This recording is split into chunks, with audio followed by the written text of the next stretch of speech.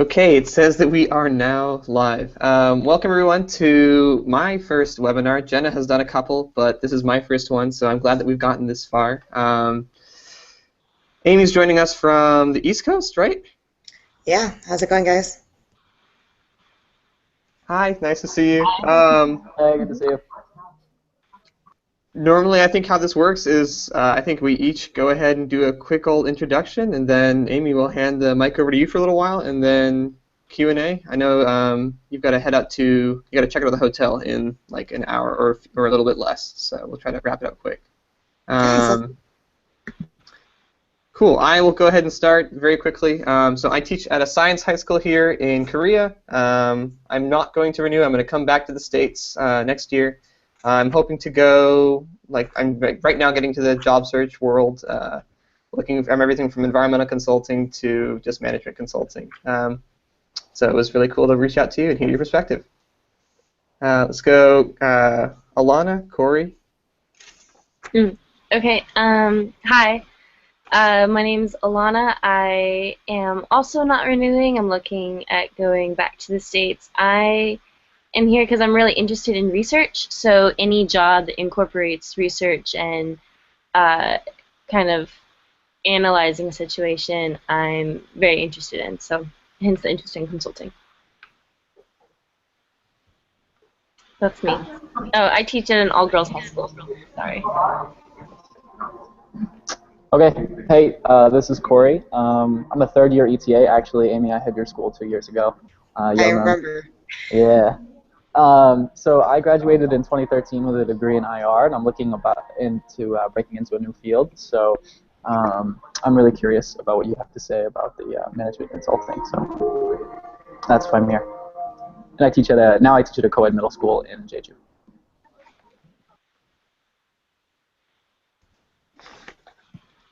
Jenna, Janine?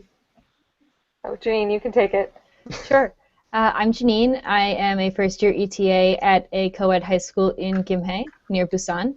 I'm also not renewing next year, so I'm interested in seeing what other Fulbrighters have done on their return to the States.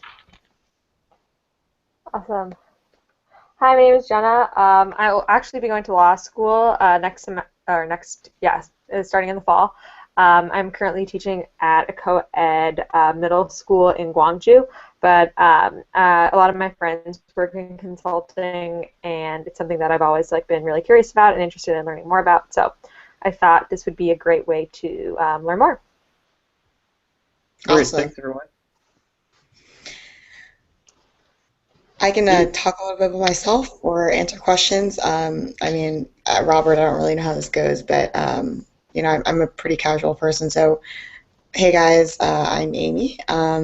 I was a Mokpo ETA at Yonghung High School, so where Corey taught a few years ago, in 2012. So, not that long ago, but it feels like ages ago at this point. I had a really great experience in Korea. I actually, I think my time in Korea shaped a lot of who I am today, and it still affects who I am today. So actually my roommate is from Fulbright, and we actually have a visitor who's staying with us at our house who is actually in Fulbright, and you guys actually might know her, Caitlin Hemeke. So not sure if some of you guys know her or not, but she's been around, and she's actually, I think she just found out that she reapplied for the Fulbright grant again, but for the actual research because she's a master's student and she got it. So you guys should probably see her again. She'll be back next year. So I still have Fulbrighters coming through my house and stay with us, and so it's affected a lot of my life. So I'm really happy to meet you guys. I think the alumni network is pretty strong, and happy to answer any questions you guys have, and excited to hear that you guys are coming back stateside, or other plans that you guys might have. But yeah, management consulting is a very interesting area. I think a lot of people are always interested in seeing what goes on there, because it sounds like a very sexy job, and no one really quite knows what you do. I get that question quite a bit, is what exactly do you do? So that in itself is a job, is to figure out how to explain what you do in like 30 seconds. But yeah, I mean, I'm more than happy to answer any questions you guys have. Feel free to reach out to me directly through email. I'm very accessible. And I rant quite a bit, so I think Corey can attest to that. I think I left him like a 5-page letter about my students and my school before he even got there, and I sent it to him during orientation. So I have a lot to say. Just you just have to write. You just have to probe me a little bit. Also, it's a little early, so I'm trying to wake up my brain right now. Cool. Thanks everyone for the introductions. Thanks, Amy. Maybe just like to start, like so we are all like I think we're all close to finishing our grant years. I guess we're all going to be leaving Korea next year. Would you be able to talk a little bit about like kind of like your not really just your year, but like your year in the job sense, like moving from the ETA role to consulting? Like when did you apply? Like how was the process, balancing Korea and job search, stuff like that? So I'm gonna be honest with you guys. I think I'm a little spoiled in this aspect. I actually got my job in consulting right out of college, and I deferred for a year to go to Korea. So I went to, well, sorry, I didn't even give any background really about me, but I went to Michigan, so University of Michigan. I was a Ross BBA, so I did undergrad in business administration, and I did a dual degree in political science. So I recruited right out of college, and at the same time I was applying to, the Fulbright and other service programs. When I got my offer to AT Kearney, I told them kind of the situation, and I accepted at that point, but I did, follow up with, there's potential that I may not come immediately. Once I got in the Fulbright, I was able to go back to them and, to really sell them the idea of that it makes sense to let me defer for a year to do my Fulbright. Kind of gives me more value, and it also gives me more experience. My company was really gracious enough to let me do that and get that experience, so very happy about that. But I know that from the ETA experience, you guys should have a bit of time on your hands. I remember, teaching during the day, and sometimes you have work to take home and grade, and you're having a lot of fun. Definitely don't give up any of that, because this is your year in Korea. But I remember having quite a bit of free time, and if you think you don't have free time, then just wait until you get into consulting, because then you really have no free time. But I think right now during this process, what you guys should really be doing is applying during the cycle. So people are looking, you can apply as an industry hire right now to a lot of firms, but you can also wait if you want to go through the typical recruiting cycle that undergrads go through. So that typical period is, I would say like September, October, and that's to be hired for the following year. So if you're looking to come back and immediately jump into consulting within like the first few months that you're back, I definitely encourage you to apply now. And what you really should be doing right now is kind of, doing case interviews and preparing for those. But I mean, I don't really give line of sight into how to apply and interview, I guess, like in Korea right now. Yeah. Cool. Anybody else? A quick question? I have a question. So, as I said, like my background is not in business. It's actually not in the in the private sector at all. I studied international relations and political science. So, do you have any suggestions for somebody who's looking to break into like a new thing? Like, for a while, I've been thinking about like, I want to work in the private sector, and then I heard a little bit about consulting. I was like, oh, this could be really a really interesting line of work. It's something I want to look into. But like my experience, I'm gonna have to sell myself obviously in an interview. How can I do that, and will they even take my application seriously if I don't have a background in business? That's my question. Yeah, actually, we don't. So I'm actually part of recruiting for certain schools. We do West Coast recruiting. I'm based out of the San Francisco office, so I help a lot with Berkeley recruiting. And I know that when we go through resumes to select who we're going to interview, we actually don't look at like major as much. So being a business major or having like a, economics background or yeah, any of that isn't really as important as what it looks like. So in terms of your GPA, in terms of what you like your experiences, if you've worked in if you had leadership roles and you're able to think analytically and so on and forth. Yeah, I mean, I don't think you're technically at a disadvantage if you don't have a business background. It doesn't hurt, and what I mean by that is you're a little bit, the skills that I learned in business school kind of make you sound a little bit more polished and kind of give you, they kind of teach you the things to say or the way that you can approach situations. So I would say that's kind of where I would have like a leg up coming from the business school versus if you didn't major in business. But I don't think it affects your chances of how companies see your application. All right, thank you. Okay, so if you suggest applying for the next cycle, right, getting into like seniors in college that are applying, going with them, what type of experiences look really good whenever you're applying? Like what can we do next year that would look good for the next cycle of applications? Okay. So first, let me just say that I would still apply right now as like, drop your resume and all that. But I've found that typically companies will wait until the high recruiting season to look at more applications, but you guys would probably be hired as an industry hire. So throwing that out there.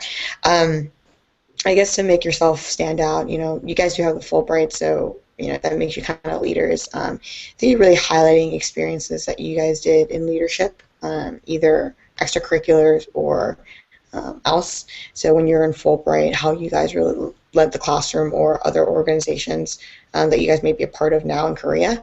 So if you guys are in the support network, or if you guys are working with North Korean defectors, and so on and so forth. So I think really highlighting those leadership skills are really important. Yeah, I mean, I don't want to sound generic, but it's your quintessential like leadership skills, teamwork abilities, analytical skills. There really is no cut and dry for what people are looking for, and also I can only speak to my company since I've looked at resumes for recruiting at Berkeley, but every company is a little bit different. But I would say that they all look at the typical things, right? Like you need to have a decent GPA. There's a threshold that you need to achieve, which I would hope you guys have, not really being able to affect it anymore. Those extracurriculars are really important. Your work experience is important, but yeah, just being well-rounded. So it sounds generic, and I apologize because this may not sound like it's helping you at all. But there really is no cut and dry person that people are looking for. It's just more of an overall, leadership and ability to communicate and all that.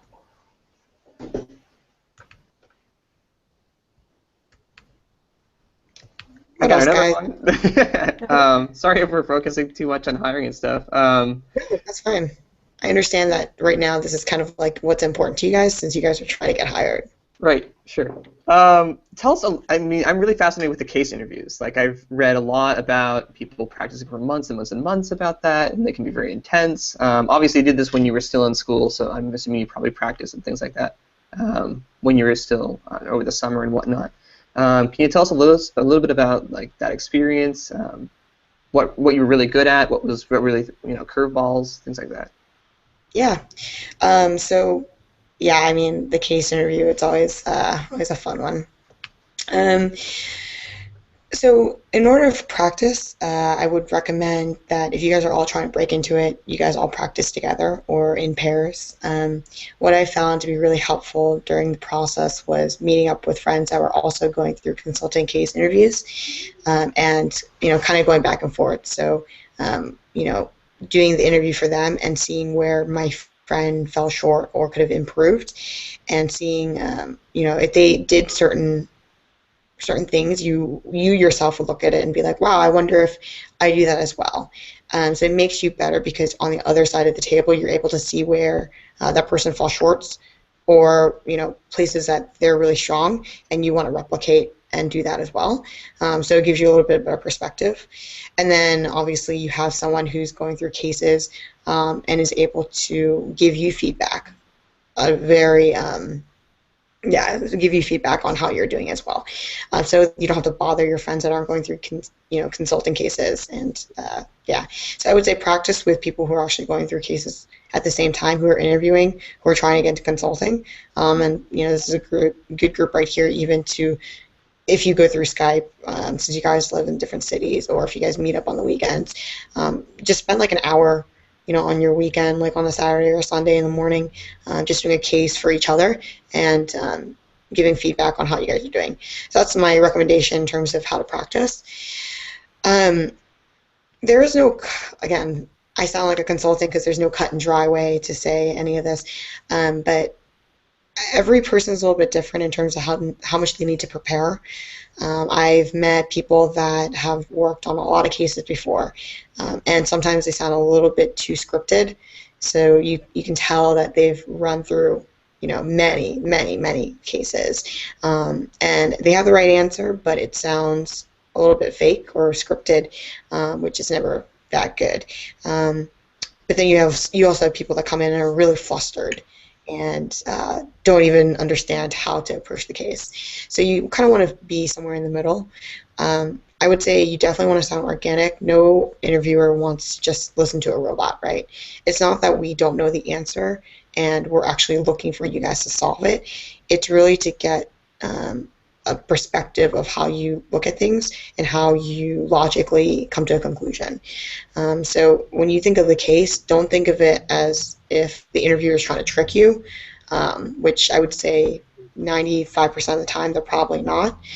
They're just trying to understand how you go from A to Z, and if you go logically from, let's say A, B, C, G, T, Z, or if you go from, A to M to B, over to T, back to C, over to Z, right? So trying to understand what your logical pattern and your thought process really looks like. That's what a case really is. I can give you guys tips if you guys want. I don't know if that's helpful, or you guys can send me a note. I can give you guys tips. That's a little bit, what I'm giving you is a little bit more at a higher level, but if you guys are looking for specific tactical tips for what you guys should be doing, I can do that. Just let me know.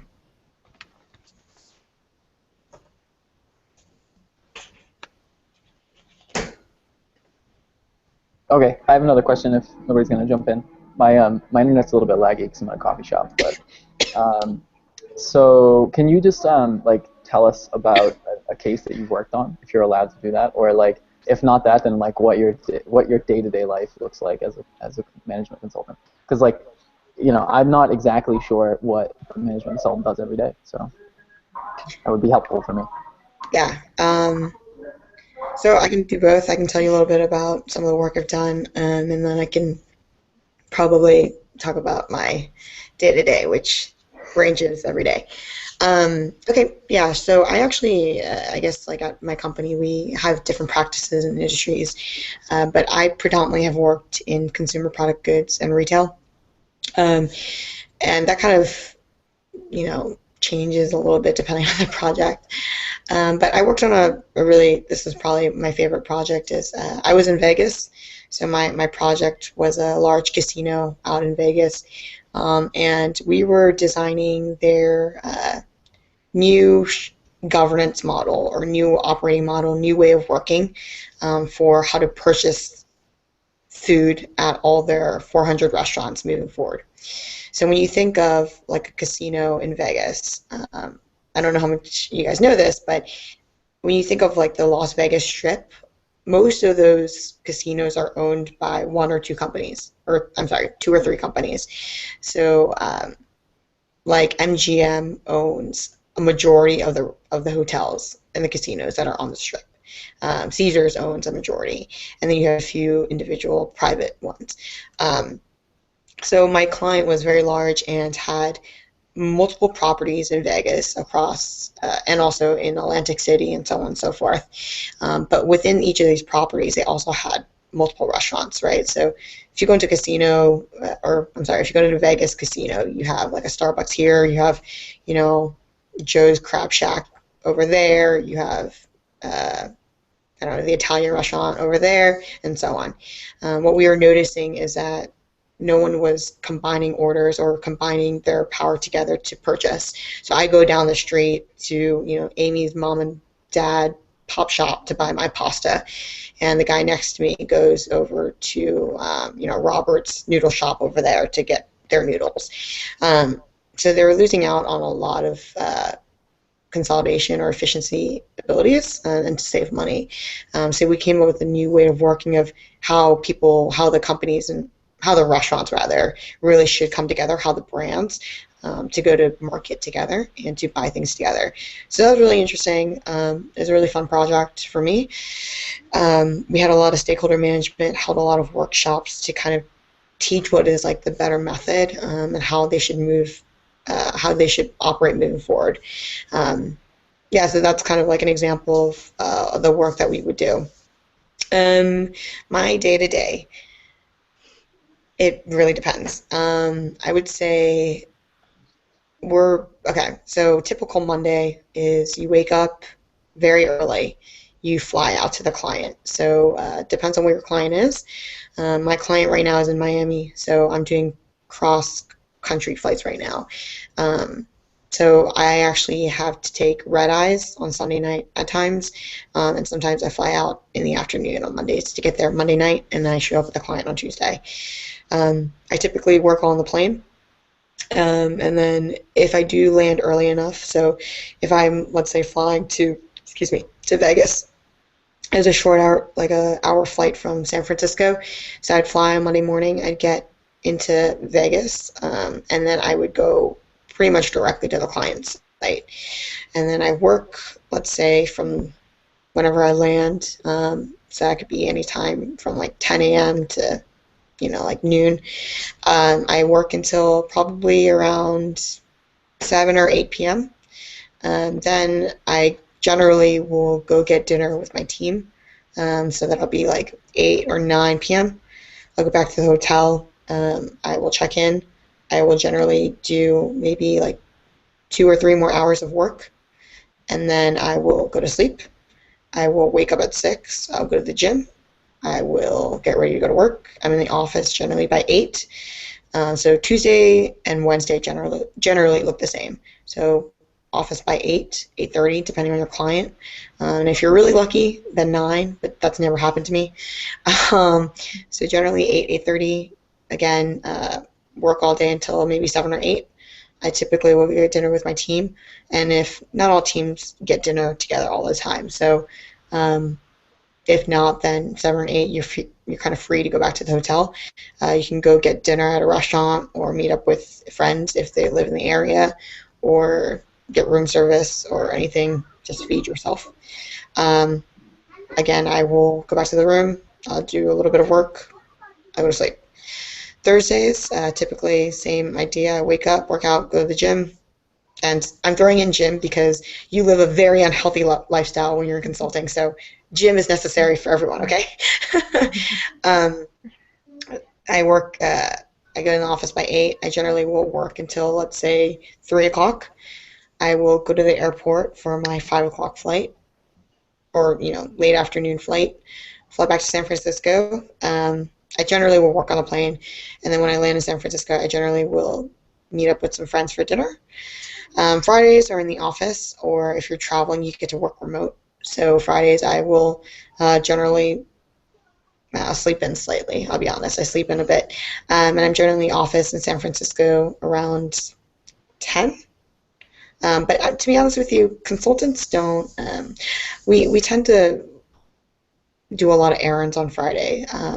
Fridays are less strict in the sense that, like, you don't really have a boss in your office, if that makes sense. So right now, everyone who manages me is on my project, right? And so my project's in Miami, and I'm the only one based on the San Francisco office. So when I leave on a Thursday, no one is, watching me on a Friday to make sure that I have time with the client, because I can call the client if I need to. And I don't really need to work with my team members at that in the same location, right? So I'm working remote. So Fridays are a little bit more free. If you want to work from home, that's perfectly okay. If you're traveling and you want to work from home, that's perfectly okay. So for example, I travel quite a bit on the weekends, and instead of going back to San Francisco, I will go somewhere else and I will work from my computer or wherever I am for the day. But we also do a lot of errands. So as consultants, we understand we're not there during the week. So we'll do our, doctor's appointments, dentist appointments, kind of, your typical daily errands, if you will. We kind of bulk that all up to Fridays, since that's when we are in the city or back at home. So Fridays I'll typically get in the office. If I need to leave to go to the doctor, I'll do that. If I don't feel well, then I probably won't go in. I'll just stay at home and work. I probably generally leave the office around, like, let's say 5 or 6 on a Friday. Call it a week. I know it sounds really boring, guys. Can you talk a little bit about career trajectories within consulting? So, like, the difference between your first year and your 5th year and your 10th year. Yeah. Wow. Okay. I don't look that old, right? So I definitely No. So yeah, absolutely. It's different for every firm, but the title is different for every firm, but the general trajectory is similar. So I can speak to my company. We have analyst, senior analyst, associate, manager, principal, partner. So you'll notice that within consulting, there's probably less levels than at a corporate level. So at a corporate level, you have, like, analyst, then you have this kind of associate, then you have like a senior associate, then you have a certain type of manager, then you have a different type of manager, then you have director, then you have VP, then you have this, and so on and so forth.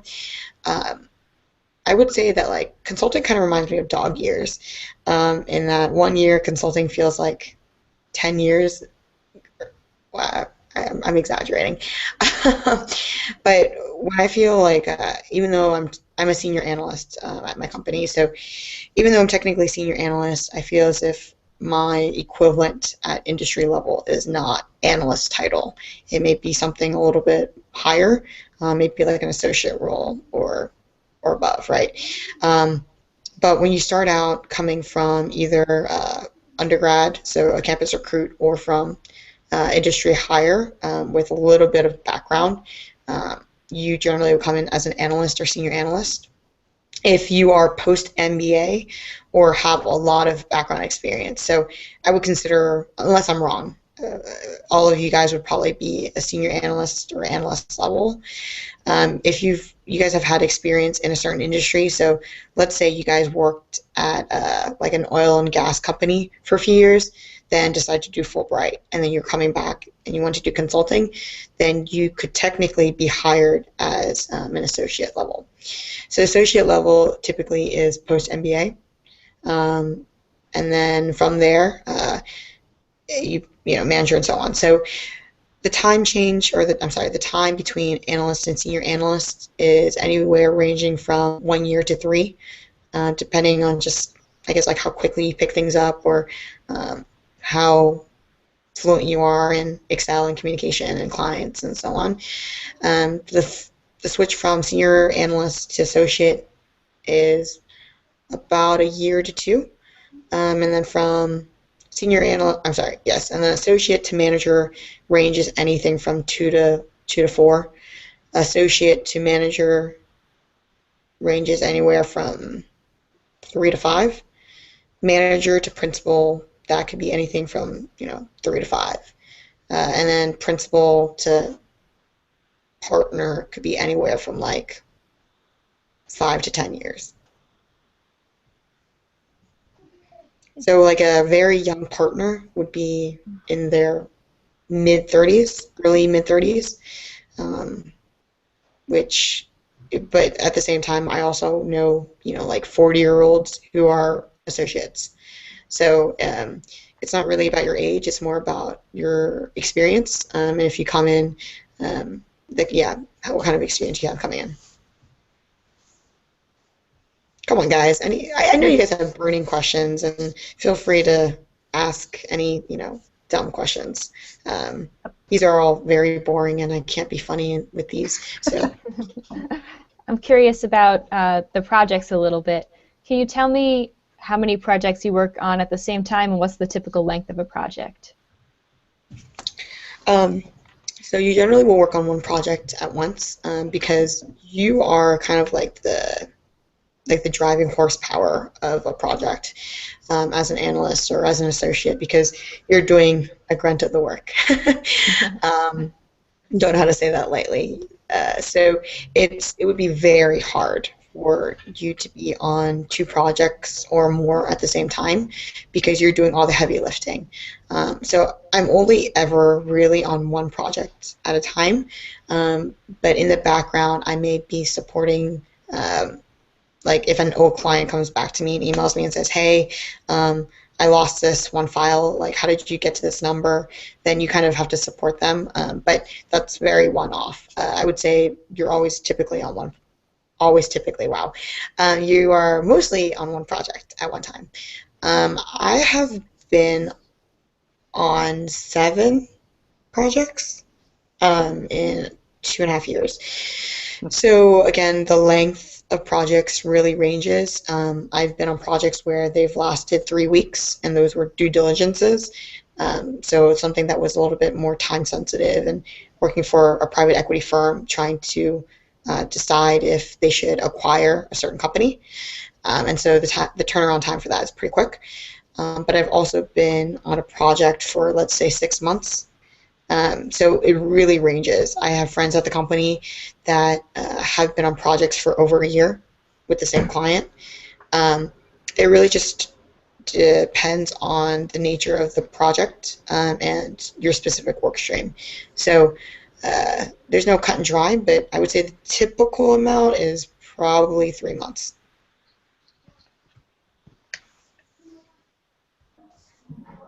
Okay. I have 2 questions, quick ones. So first, can you point us in the direction of like the typical firms that like your firm and other firms, sort of like just the names, so I can compile a list of places to look at, like, and also, this is your funny question. So as far as your clients are concerned, the average client, regarding difficulty to please, are they middle school boys? Are they high school, or are they girls high school? No, let's make that a level up. All girls science high school. All right. We'll work with that one. Yeah. Okay. So a lot of consulting firms out there, and you guys can very easily go on like Glassdoor or on like consulting. There's like Consulting Mag. There's a bunch of consulting websites. So lots and lots of consulting companies out there. I can name some of the bigger ones. These are ones that you guys are probably more familiar with, but there are a lot more niche ones as well. So companies that are 20 consultants and are very successful within the smaller consulting field and are a little bit more specialized.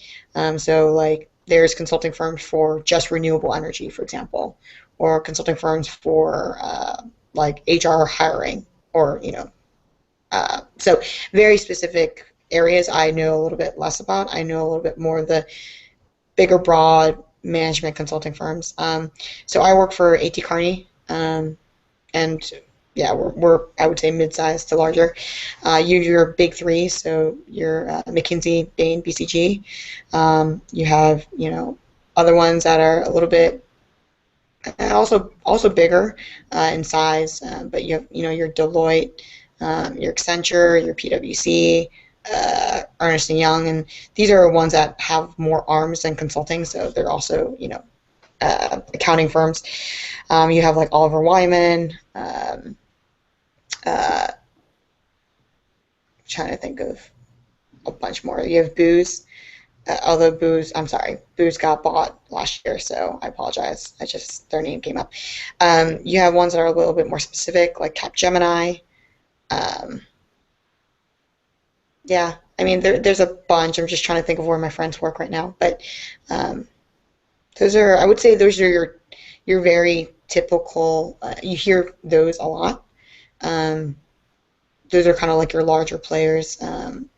But like I said, there's a ton out there, boutique consulting firms as well. And then there are some that are just smaller, and they're just as good, I would say. But yeah, my clients. Um, Interesting question. Um, it really depends on your client. You'll be really surprised at the kind of clients you get. I would say within a client, you have everything ranging from middle school boys to high school girls, all girls, to everything in between. It really depends on your client. So when you work, for example, like a fashion retailer, it feels a lot more like an all-girls high school. Um, Everyone's a little bit more chirpy, a little bit more focused on how they look. Yes, I'll leave it at that. And then when you work in like something like in the casino world, so working in Vegas, my client was a little bit more like a middle school boy group, where no one really wants to talk to other people. So the brands didn't want to talk to each other. They think that they're doing it best. So they're kind of awkward with one another, like middle school boys. They don't really like to be told what to do because they think that they've been doing it right forever, like middle school boys, even though they think they know everything, but they're middle school boys. Um, so it really depends. Every client's a little bit different. I would say my client now in Miami is probably like a mixed high school class. So they are aware of, uh, yeah, they bicker quite a bit, and there's a lot of high school drama within the brands. Um, but they're a little bit more mature in the sense that they know that they have issues. What a fun, eloquent answer. I have Good a quick answer. Good another. answer. I like that. I have another quick application answer. So for those of us who are considering either applying during the cycle or sending in applications now, both of which there's all these big old online portals, and they look like just a crazy morass where you throw in applications and nobody looks at them. What do you recommend for like actually getting an application read? What does a complete application look like? Things like that. Honestly, if you have a friend who works at the company to refer you, that's the best. Um, yeah, I mean, even you guys, if you guys want to send me your resumes and your application, I can refer you. Um, so again, I can only speak to my company, but referrals are the best. So you're right, it's this huge portal, and you throw in your application and you hope that someone sees it. And it's not that it gets lost. It's definitely recorded and it's stored. It just typically during the season, recruiters will go through all the resumes at once and then make a decision. So your chances of standing out are a little bit lower than if you get referred. So if you get referred, it's like this person has already been, I don't want to say vetted, but there's someone vouching for this person, or is bringing this person forward. So it's a little bit higher, I would say, than just throwing it into the portal. So if you guys have friends at any of the companies that you're looking to apply to, just ask them if it's possible for them to refer you. And it should be relatively easy. They just shoot a note to HR with your email, or I'm sorry, with your resume and cover letter, and say, hey, I'd like to refer this person. But again, this is just my company. Don't know how all the other ones do it, but I think referrals are always the best. But in terms of like the portal, I would say like, yeah, keep doing those. Those are pretty important still. And then if let's say that you guys aren't fortunate enough to get any interviews this time around, just going through the portal, I would say don't worry too much about it. What you can do if you really, really want to break into consulting is, I would say go back to your university. I don't know why I just did the quotes for university, but go back to your university, and during the recruiting cycle in which if consulting companies do come to your university and recruit, see if you're able to get your resume and cover letter into that batch of applications, or that batch of like resume drops for the company. So for example, at Michigan, A.T. Kearney and a bunch of other firms will come and recruit, and let's say that they have 20 interview spots, and you're able to submit your resume and application through Michigan, and A.T. Kearney will look only at the Michigan students' resumes and cover letters and applications, right? So instead of being in a pool of everyone who can access the website in America, I'm now only among the 200 people that applied from Michigan, so I have a slightly better chance. So if your university does recruiting, or I'm sorry, if the company does recruiting at your university during the cycle period, see if you're able to join in on that. Since you already have experience, but you're an alum, you can still technically be considered like a campus hire, but you're only a few years out. So I don't know if you guys have asked this question. I don't know if you guys care to ask this question, but I know that a lot of the questions today have been a little bit more tactical, or more focused on applying, but I really encourage you guys to consider if you actually want to go into consulting. Like I said, it sounds like a really sexy job, right? Like, I travel a lot. I have a corporate card. I get a ton of miles of and points like hotels and airlines and so on. But it's a lot of work, so there are definitely caveats to that, right? I work quite a bit. You're not always home, which doesn't sound that bad, especially when you're younger. And you're right, it's a ton of fun when you're young, but you miss out on like week events.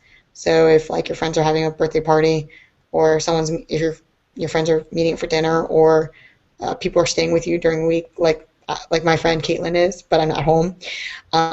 So many things that you kind of miss throughout the week. So you travel quite a bit. So you never really have like a permanent base. If you want to join like a soccer club that meets every week on Wednesdays, you're kind of out of luck. Things like that. Your work-life balance isn't exactly the highest priority. It's not like being an ETA where you kind of leave school at 3 or 4 or 5 or whenever you guys leave, and then kind of have the free day to yourself, and maybe have some work, but predominantly spend your time watching K-pop videos or K-dramas, or exploring your town. It's not like that at all. So I really encourage you guys to think about what you guys really want to do. Consulting is not for everyone. It's rewarding, but there's a lot of work that goes into it, and how I feel about my job changes on a day-to-day basis. So I know you guys are all kind of like all really involved with the process right now in terms of where should I apply, how do I interview, how do I get the job. But I encourage you to take a step back and think about, if you really do want to apply, what that lifestyle looks like, and if it's really for you.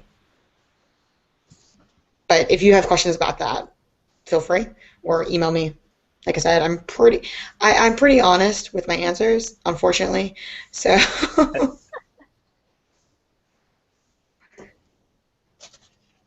Cool. Does anybody else have any other questions? I know I don't want to keep you for too long, Amy.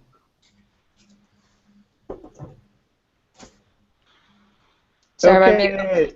Oh, go ahead. Okay, I just had like a quick question. So, I was wondering, like, when you become like a partner in a consulting firm, is it kind of like similar to a law firm? Like, do you buy into the company essentially, or no? That's a huge jump from analyst to partner. Sorry, it's just like something that I No, it's a decent question. So it depends on every company. Yeah, every question I've answered is it depends. Typical consulting. That's a typical consulting answer, by the way, is it depends. So with it depends on the structure of the company. So my company, for example, is a partnership. So when you become a partner, you do buy-in. So our partners own our company, so similar to a law firm in that way. But not all companies are like that. Okay. So, Are the for big example, companies like that? Oh, sorry. Like McKinsey and that? Bain and BCG? I think so. Okay. But I was just curious. there are some that are not, Mhm. for sure. So, Okay, like, cool. I'm 99% positive that, like, you know, Deloitte, PwC, the accounting firms are not, right? So Okay. you'll have to look. You can look this up. But I don't have a straight answer for the big three. Okay, cool. Thank you.